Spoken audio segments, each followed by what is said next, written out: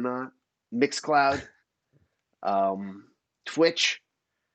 I feel like I'm missing a bunch of networks, and then it goes to podcasts, and I can't remember how many different podcasts that it's on as well. But if you search for Utility Room on your podcast, your favorite choice wherever you're casting, you will probably find it, which is great. My name is Jello. This is Utility Room. That is Drew North. Welcome to the most underground room in house. Hello, hello. Happy to have Thanks you for with having us me tonight. on. Yeah, man, it's totally it was a stoked moment for me. I mean, it's one of those situations of where I've had tons of deep conversations with you, and I was just mentioning as we were lining ourselves up here that I actually don't, I genuinely don't know the roots, like how it all came to be for you. What bit you? How did you get involved with electronic music? What bit me? What the see, I feel like I hate what I'm gonna say because it sounds kind of snarky, but the reason I got into dance music specifically was because I thought it was stupidly easy and that all you had to do was put a kick drum and like a clap on every other kick drum and then a hi-hat like on the upbeats, and in my like mind I was like, okay, that's so simple. I think I heard like Ghosts and stuff on the radio. It was very commercial stuff that I heard, and I was like, "This is so cheesy and like You easy." And then heard like I ghosts and went stuff, and you said this is easy. quite literally, and I like sat down and like tried to make a beat, like made a whole thing, and I was like, "Why does this sound like shit?" Oh god, I was like, and then it's kind of that like it's that rabbit hole of like, okay, how can I?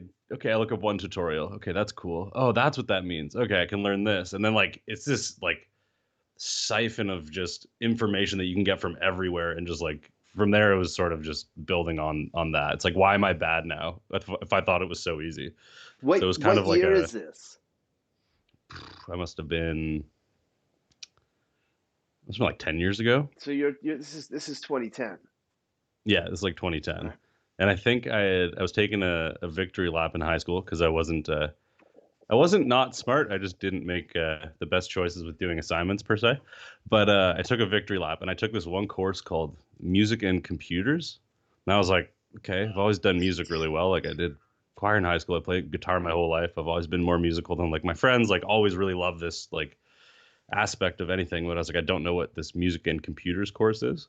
And once I realized you could just sit at a computer and just there's your band. Like you don't need to worry about anything else. You don't need to collaborate with people. Not that collaborating is a bad thing, but it was like, holy crap, you can do all of this with this like tool. And I remember using my mom's like MacBook from school and use GarageBand, and that's when I like translated to like, oh, that dance music on the radio. That's easy. I'll just put in the samples, and it was not easy.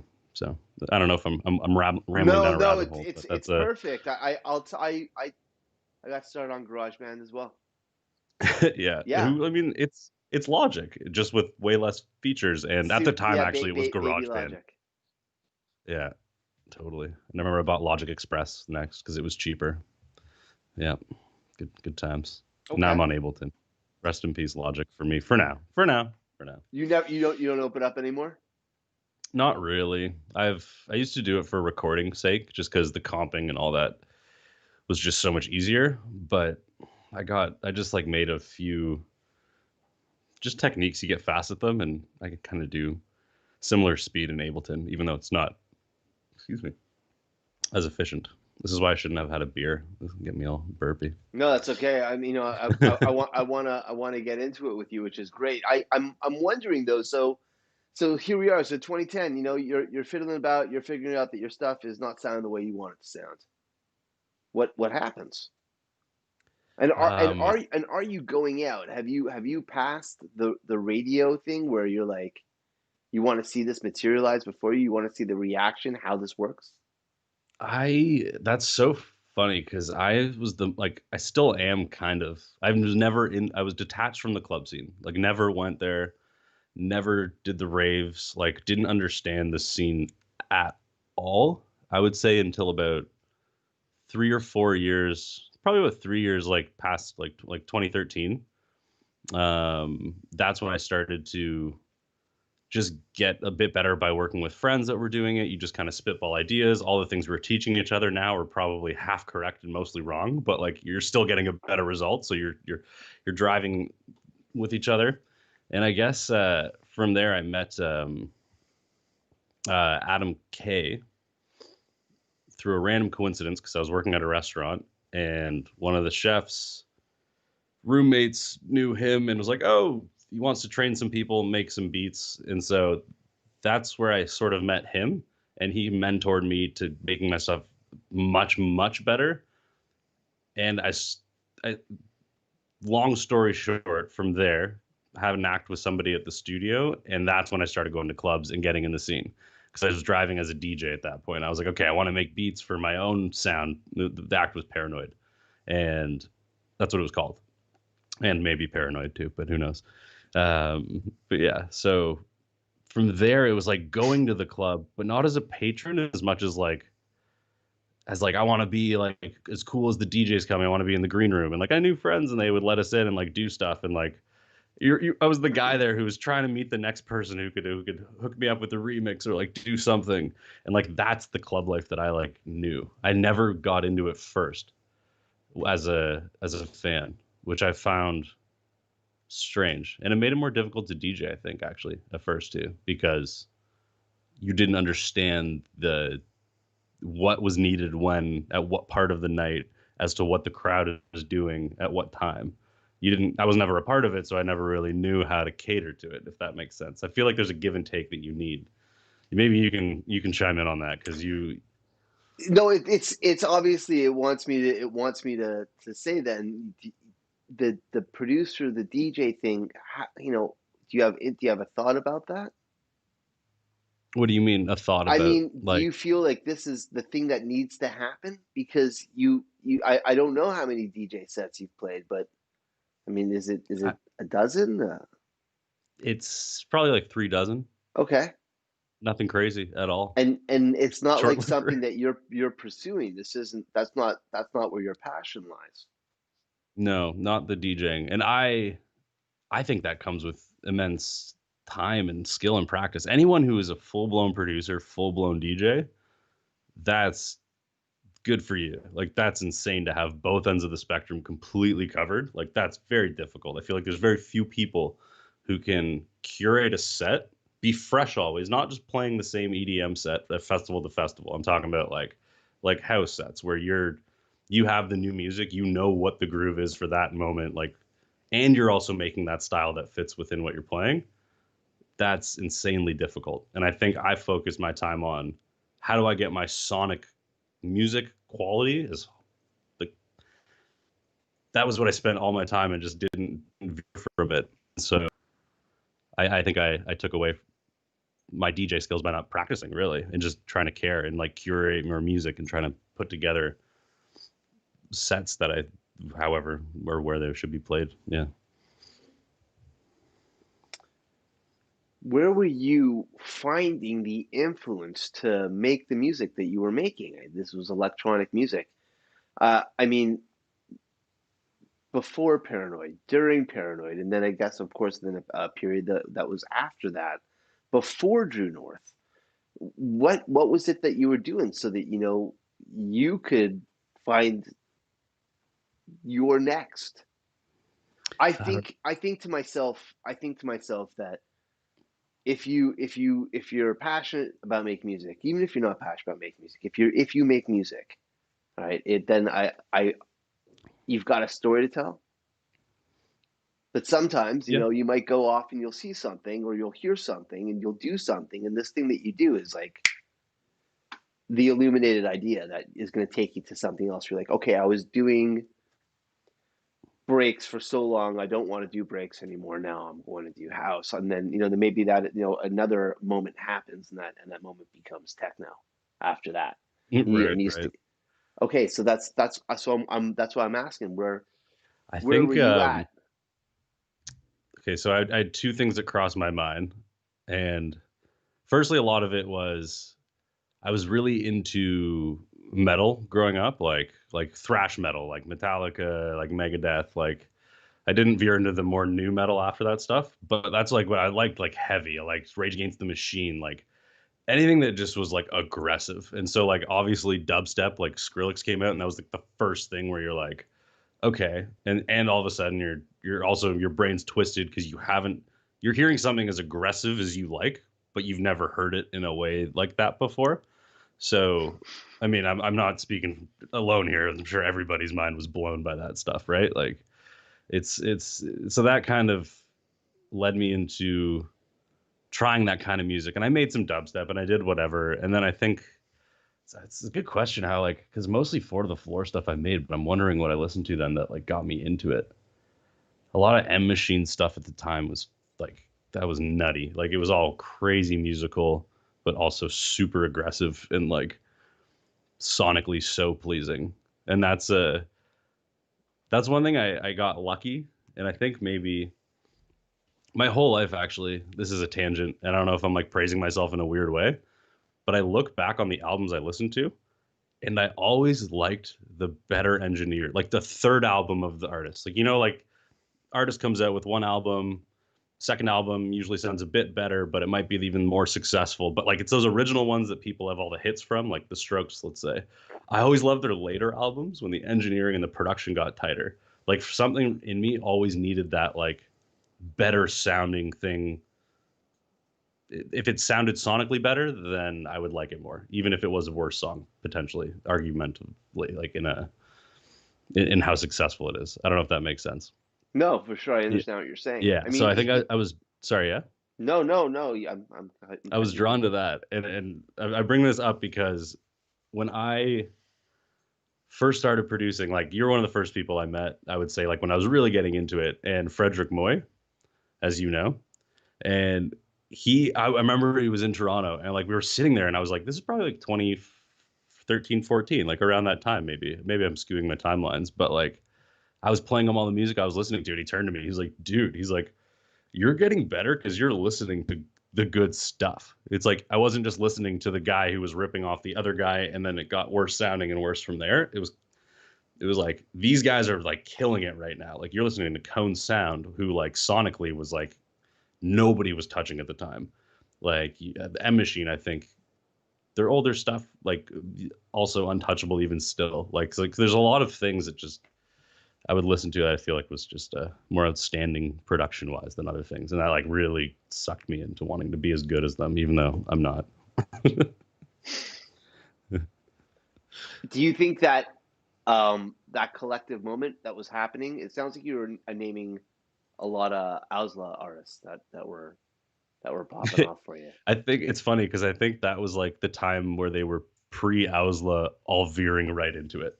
Like that was like when they all like were doing like it was all the talent. Gesaffelstein was another guy. I was like I remember hearing the song Pursuit and like my mind was like blown. I was like, like you can sound like this? Like uh, I feel like there Were, was a creative. Do you think that there was like a time back then that was do you feel like creativity has gotten a bit lost in terms of like how raw things sounded? Like I don't know. wait a second. Are you trying to flip the interview now? And Yeah, yeah. I okay, wanted your opinion for a second. all right. Or is it just me getting inspired by these artists at that time, and to me they're special? Does that make sense? I think that it was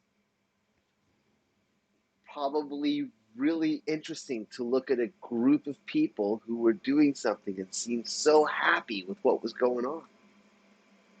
And originally, I'm gonna use Toronto. I can't speak worldwide. I don't know, but I think originally what was happening in Toronto, we're talking about raving, Yeah, yeah, okay. not just Yeah, not just music production, yeah. But I think originally what was happening in Toronto was I don't know if it was ever supposed to get big, yeah. Fair enough. Yeah. but it did because if you weren't in it, but you had someone that you knew that was, or if somehow you were invited and you looked in on it, you'd see. Yeah. How cool. And and, Everybody. and, and there's no way to look at that and be like, I don't want in. It's And fair. so I don't know if, and this isn't exclusive to raving, I don't know if a scene has a book of rules No, for that are sure supposed not. to be followed. At what point is something cool, and then not cool? You know. when is Fair. it working, and then where is it sold out, and then it's like that's no, Yeah. we don't touch that anymore. Yeah. Fair So enough. it's been a weird line, and I don't know who's actually in charge of that line. It's just all of a sudden I hear that a line could get crossed, and how does that work, and who does that benefit?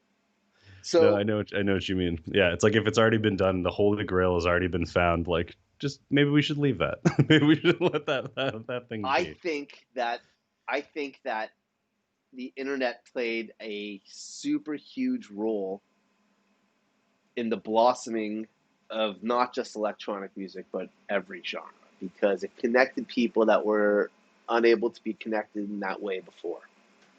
And as soon as the idea of even collaborating could possibly happen, I mean, the pains of sending files in 2006, Right. they didn't exist in 2015, right? Yeah. That wasn't really a pain anymore. And I'm actually fast forwarding in years past what I was going to say.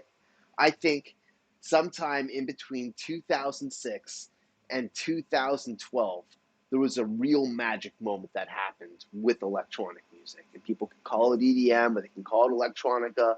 And there's lots of tags that have happened, Sure. since I've been, out and about and listening to stuff. I think about the waves of dance music that I've seen myself, and not even that I've read about from before. I mean, what was disco? And then after disco, like there was this like new wave thing that happened, like that like Depeche Mode wasn't, that may have been the start of it from what my Right. observations were, but that wasn't techno. I don't think that they'll say that it was techno. I think that they got into techno, and I'm saying think, but Fair enough. Were we sorry? once a lot of people got involved, obviously this brings about a whole different set of ideas and a different set of rules. And I'm not quite sure if a lot of people that were involved in what was happening before were very interested in what was starting to happen and starting to, and what was Right. starting to come in. And so I think when I first started, my first party was in '96. When I went out, I heard people saying, "Man, we gotta save our scene." It's like that's not a. It's 2020. You know what the Yeah. conversation still is? We've got to save our scene. Yeah. And I'll tell you what I like. I like that it's a work in progress. Always. I don't know if it'll ever be perfect. I mean, we have this perfect environment, this utopia, but I think No, people for are sure. working for something that's always better, and that's very cool. And Someone will and always stand out. Will be the. and there's no doubt that money is very enticing. So if you get a really enticing scenario, you're going to get a bunch of people that are trying to chase that scenario, and Yeah. sometimes that True. scenario has got a super huge highlight that's over it, spotlight, megaphone, everything that you need, giant billboard, the whole thing. So there could be something that's really magical happening, but we might not know about it or hear about it because it gets overshadowed by this other thing. And then because that Always. other Yeah. thing is really well known, well, that's the thing that gets talked about, and maybe that becomes part of the generalization of what someone might say. Right. Yeah. And how's that for a And rant? it. It was a quick, just snap to answer. That was that was great. No, it's true though. I agree with the. We're getting meta, but I agree with you. I think that might be the most that I've gone on the show. No one gives you the time. You know what? Well, it's not supposed to be. It's supposed to That's be fair. true north. How did that come to be? Because you left the other projects behind, and then you Yeah, started I getting think into. sort of pivoted into working with other artists. I think it was I saw I took it as like, okay, music business. I was like, I want to make money making music for the rest of my life. I was like, at my core, like I'm not the artist, I don't think. If that makes sense. Like some people, that's what they need. They need to live and breathe it and it shows in their creativity and what they do. And I feel as though I was like, I love making music and I kind of want to exploit that talent. So I sort of just through connections and people I worked with collaborating in the past or however it was, just sort of started um, producing with other artists and making music, writing top lines, sort of just really getting into that world of pitching music for big DJs or working with upcoming artists, artist development, helping people get better with their sound and sort of that world. And that's where I think I developed more of a pop kind of ear because my whole life I was like not vocal driven at all. I remember I was in school. I went back because my parents were like, "Can you please just get a degree?" And I was like, "Okay, I'll go back, but I'm going for music." And they're like, "That's great, fine, just like get a degree, please, thank you." I was like, "Okay, amazing." Went back to Fanshawe in like 2014, 15, and I wait. This is amazing. I didn't even realize I was getting there. I played for the class the Paranoid remix of what was it? 1, 2, 3. It was it called? 1, 2, 3, go. 1, 2, 3, go. Yeah, I played it for my class because they're like we were all like it was the first year and I'd introduced like what you do and I just finished that remix and like my teacher like looked at me. He's like, "Wow." He's like, "That was cool. I've never like he wasn't really into the scene, but he's like, "That was awesome." He's like, "Where the fuck are the?" He's It like, was "Where a the fuck great are the remix, man. vocals?" It was a great remix. That was a fun one, man. That was really cool. I Yeah, it ripped was off. banging. I feel like I totally was trying to be like a Soffelstein in like an EDM way in that one. It was like, but my teacher, he's like, where are the vocals? He's like, I hear the Swedish House Mafia guys.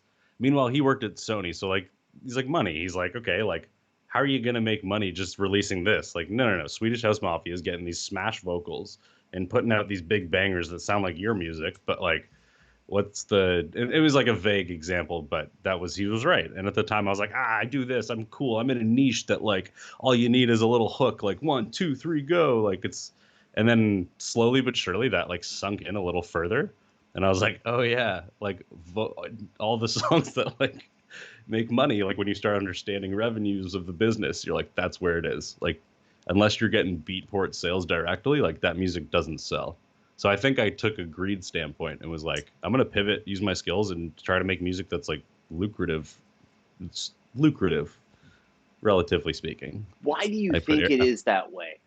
Why do you think that there is a deficit in sales for dance music? in terms of like the People, or non-vocal. just maybe that's actually the wrong word to use. Just that the need is not or the demand or the numbers don't match. It seems that when it comes to actual sales for the music, it seems like it's usually on the bottom compared to the other genres that are out there. In terms of sales, I guess like I'd be curious. I don't have any hard, excuse me, statistics or anything, but like I wouldn't be surprised if it was one of the more sold ones just because of the Beatport era is still like alive. I don't know if it's well, but it's alive. I still And use it's it. still yeah like I I don't know where shopped on else them a you get couple weeks ago, sorry actually. there's um oh my god what's the other site that I'm thinking of there's like two places you go to Beatport Tracksource. and Tracksource thank you and like I guess it still sells like I don't Yeah, no, for sure, it's running. I mean, for a whole bunch of great reasons. Support.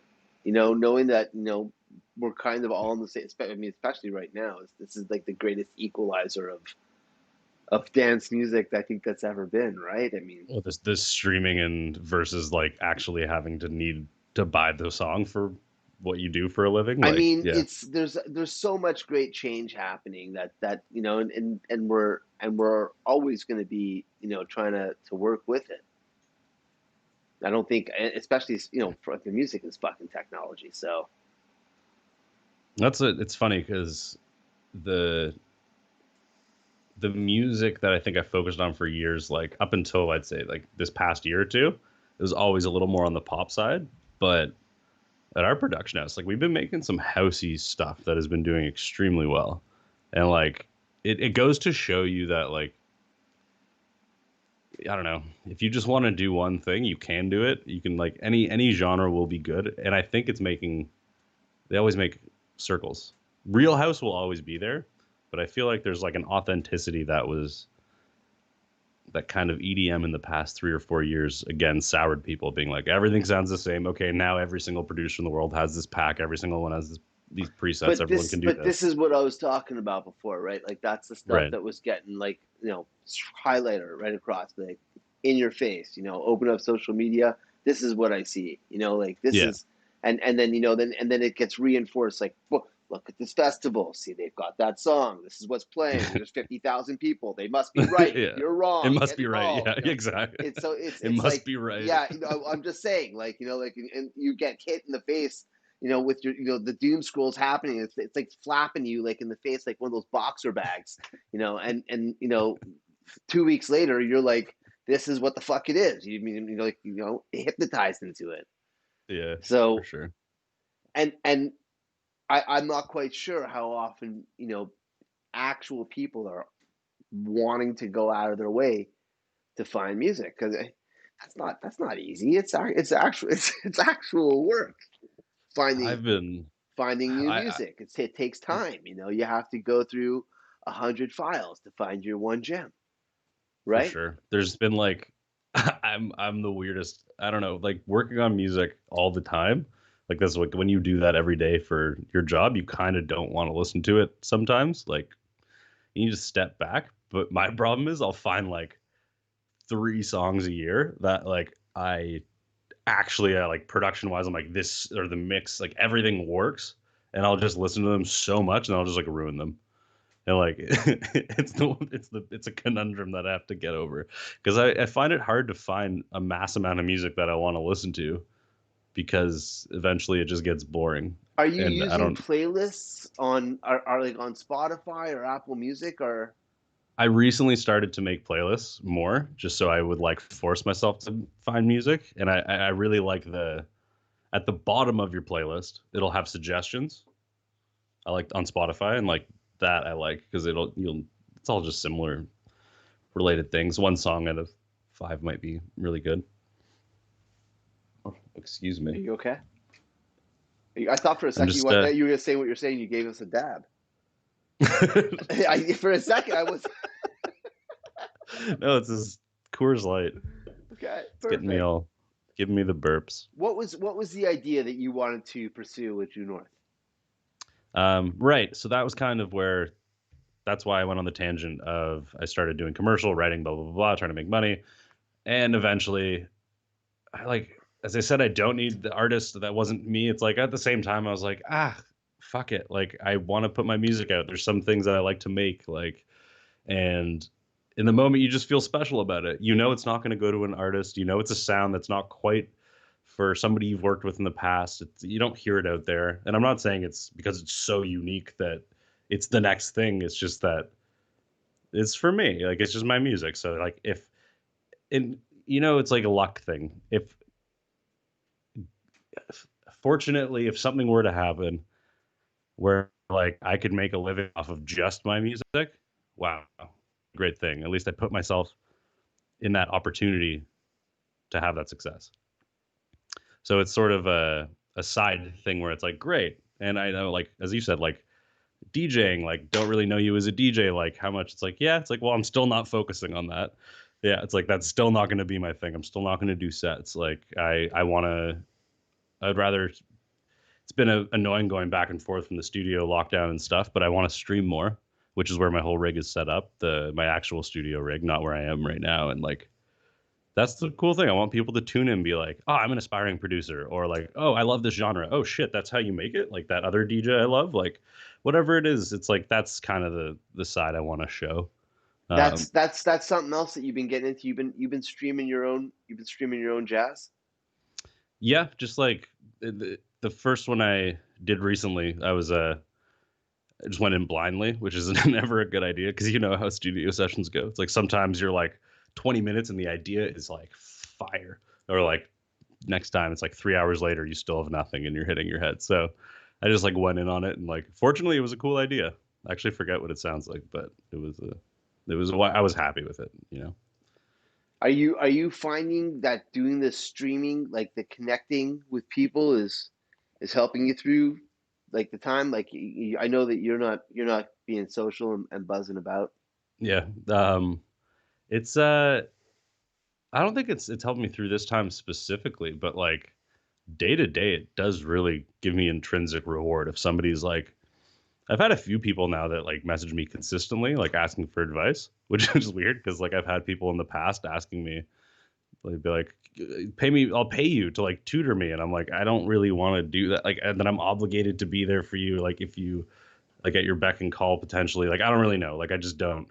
Like, there's a weird vibe, but like for some reason, like that just makes me happy. Like knowing that I helped somebody, even if it's the simplest thing. Like it could be anything, being like, hey, I have this I don't know. I've got terrible. I've got no examples in my head. Zero right now. But like, But that's something that you want to do.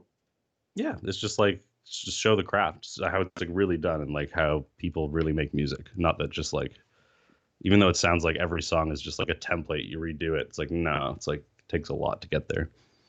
You've got one release that just what is this? Is this 2 months or 3 months that passed that your release came out, an EP? Yeah, November it came out. Yeah, What was the title for the EP again?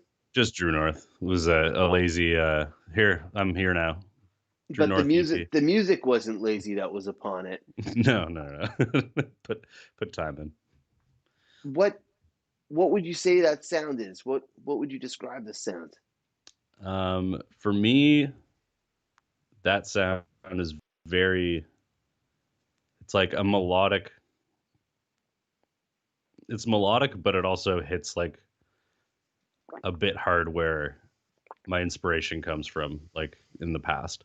Or if it doesn't hit hard, it hits in a way that's like very synthetic and sort of pulls you in and out of a world. That's what I like. I don't think I have the most ethereal music. I don't think I have this like otherworldly sort of sound, but I do like to think of it as a bunch of the songs, if you listen to them, they get bigger and bigger as they go. And that's kind of what I like. It's like you start a bit dry, like dry meaning like no reverb, like super intimate. And then as the song grows, like it'll actually be a bit more reverby, more elements will be there. It'll be big spacey. So I kind of, that's the approach I'd take for me rather than a lot of the commercial stuff, which is not literally copy and paste, but like if you change the second half of the song, that's a no. Like you don't do that for radio. Like why would you? Whoa, no. The audience has already heard it this way. You don't do that. So with like my tunes, it's like it might be still not like super underground or anything, but at least I'm trying to make it a bit of a journey through each song. Do you think that If there's that a makes sense. it does. I was Yeah. curious about what you were mentioning about the no on radio. Do you feel like there's a reason why that shepherding takes place? I don't. Is there an actual scientific reason towards, like with pop music? Do you believe that the way it resonates, earworm, how it's Yeah, captured? like I feel like sure, like it's all already familiar. You already know it. Like it's there has to be a thing like that. And I also think a lot of it has to do with, I don't know if fear is the right word, but a lack of risk taking on the part of like most top 40 curated type stuff. Is that I'm happening? sure Do you feel that music is not in a place where it's being risky right now? At least. in Canada, it never beat like UK radio, like BBC. They always do a great job of like putting out something that's like at least like what the kids think are cool. What You know what about I mean? nationally here in Canada? Weird. No, we're cheddar cheese on the radio for sure, which is not a bad thing. It's just like there's no unless you're doing the mold that already exists or slightly better, then like your music's probably not going to carry like on Canadian waves, in my opinion. That's just like just the gatekeepers, whoever it is who's curating those playlists, whoever's pushing it, they just don't take on more obscure stuff, I'd say. Is FM radio or I mean AM is radio still popular? Do you think? Is it still a format? It's radio is Yeah, radio is still king in terms of the business, 100%. Like you want the radio play. Like it's just pays better than streaming straight up. That's just the reality of it. Even though I think they say like one play on radio like say like Virgin Radio, like one of the Kiss, like one of the big stations in Canada will like reach a million ears versus you need how many listeners to get to 1 million streams like on your Spotify page. So it's like, even though it's not as popular of a choice to maybe consume music, it's still king when it comes to pushing and promoting. And if you get that break, that is better than anything, in my opinion. Now that your Drew North EP has been released and it's been out for a little bit, is there moments that you feel that, have you looked back, have you re-listened to it? Is it still sitting in the place that you wanted it to be sitting? Is it standing your test of time? That's a great question. I would say about 66% of the EP keeps me satisfied to this day, which is higher than I would have expected, actually, which is good. Yeah, I think there's and it's no knock to anybody because I collaborated with somebody on every song, but just some of them I don't like as much, and that's just like you're making it, you love it, you're like, this is amazing, and then you just end up liking other things more. Is it the writing, or Yeah. or is it just the output, the way it's hitting it's not sitting the way you could, because you know that the production could be that much Yeah, better? I think it's the production. Yeah, I think it's like that mix was good. No one's gonna listen to it and be like, ooh, but like I know that it could, like, comparing to what I was going for and other songs that I know are like it. It's like, yeah, like I know that the mix could hit just a bit better, and that's like, yeah. What about lessons learned? Is there something that you could take away now that the EP's out? Something that maybe you would go about and do differently? I don't mean just about the music. I mean about the actual release of it. Oh, about the actual release of it. Interesting. We did a EP release just as like 6 songs, kind of get it out there. I think I would, and most people do this, is focus on single to single. So I think that next EP, it's like each song will be a little more thoughtful. We'll put more time into releasing it, like one at a time, and just making more of a moment for each song, kind of. I would say. But musically speaking, I know you said not musically speaking, but don't give a shit, and that's my advice to like anybody. It's like if you think it's cool and you've made it, where kind of read it done because I think you need to be brighter or whatever. Get it out. Like just do it. Like your ideas, they don't. And I was trying to fit a mold, I think, where I was like, there was an opportunity to get it on labels and like potential dance radio, and all these things were in my head from like people I was talking to who were helping with the record at the time. And I was like just pushing for those things where meanwhile, I don't think some of the songs would have turned out that way. So that's why I say, like, don't give a shit about what you're doing. Just do it because it's cool in your own mind or not. And that's why I want to make the music for me. What would you say is the plan for you? Do you want to take Due North out there when stuff opens back up? Could you see the project not as a DJ, just as a performer, however you see the performance goes? I know that you can play instruments. Would you Yeah. want it? Would you want to be taking Due North live? The there's two thoughts, yes and no. The thought of it, well, yes, actually, more yes than no. I think there's something to do that could be really cool and incorporate live slash like playback at the same time, whatever it is. But the second half of me knows that like anything to be entertaining and good takes a lot of curating and time. And I think that's something you kind of need to start like if I was to tour like say 2022, I would start like now, and by then the show would be ready. You know what I mean? Like it wouldn't be like learn 5 6 songs and play a half-hour set. Like it would have to be special enough to get off my ass and do it, if that makes sense. Yeah. Like rather than just going out and playing some songs with some backing track and like put a vocoder on or like whatever. Like it would need to be special, and I don't want to half-ass something. But knowing that how much effort it takes to not half-ass something, that like is kind of a deterrent in my own mind. Maybe that's just a mental state that's just constantly like just a barrier for anything that's like a big undertaking. But that's just, yeah, that's where my head's at. I know that over the last few years you've worked on some big pop tracks.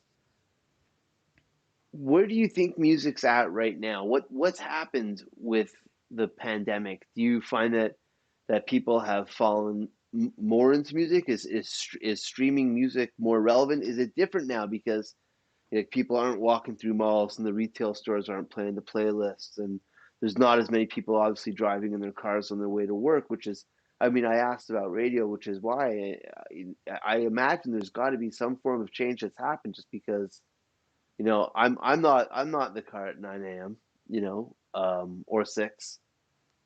That's yeah, no, that's unless sorry, I cut you off no, there. no, no, it's okay. You were about to say something, so. No, no, I was just saying like I thought the same thing. I don't think yeah, I don't even know. I know that radio still gets the audience, but I don't know who's listening. No one I ever talked to is actually listening to it. So I think the Or shift or is is or still is radio become the dirty secret? It's like I don't listen to that. But they get in their car and it's like, yeah, it's just on. I don't yeah, right. Like I have a few care. like songs that circulated Canadian radio, and I'm not gonna lie, I'll put on the I've listened to the pop stations just to get a glimpse sometimes of being like, ha, there it is. That's I laid down this on that, and then like I'll turn it off and like I don't know. The weirdest thing actually this is completely unrelated is a song that got sent through like our camp or whatever that you work on and pitch for another artist, but meanwhile another camp is pitching on the same thing for someone else. Mhm. Year goes by, you hear it on the radio, and you're like, "Oh shit, did I do? Oh my god, my song!" And you're like, "Oh no, I just worked on that pitch because it came through, and I had nothing to do with that." This The like, and vocal stayed the that's a same, but trip, the instrumental is different. totally. And like, you're just like, I did this. Someone, oh my god, did I get screwed out of this? What just happened? And you're like, yeah. But meanwhile, I was like, no, you didn't have anything to do with this. You just heard it a few times because you worked on a pitch. Like, it's funny. Like that's a trip. When you're working, are you relying on samples? Are you creating a lot of your stuff? You're like, I love this fucking kick drum. I'm gonna fucking throw it in there and make it work. Or are you like, Yeah, I mean, like I have my go-to kits that I know. Like working with Adam, like Adam K, you know Adam obviously. who? But he has so many samples from the past. He's constantly looking for new things, and like I love it because then I'll come to work one day and he's like, "Hey, downloaded this pack for like techno." He's like, "It's sick," and I'll like go in and he'll play me like some samples. I'm like, "Ooh, yeah, okay, fair enough." Like the last pack we had, like the kick drums, we had to work to get there. These ones are already there. Okay, great. So like working with him and just like constantly adding samples and just having a library, like we work basically within our own splice, if that makes sense. Like the amount of shit that we have is it's constantly being added, but like I don't find the need to go on sample websites because like how many kick drums do you need to be honest? Like if they're good, they're good. Like as you said, like if you know your packs, like you're just gonna grab this because I know it works. And then once you start with that, maybe you change it. But like yeah.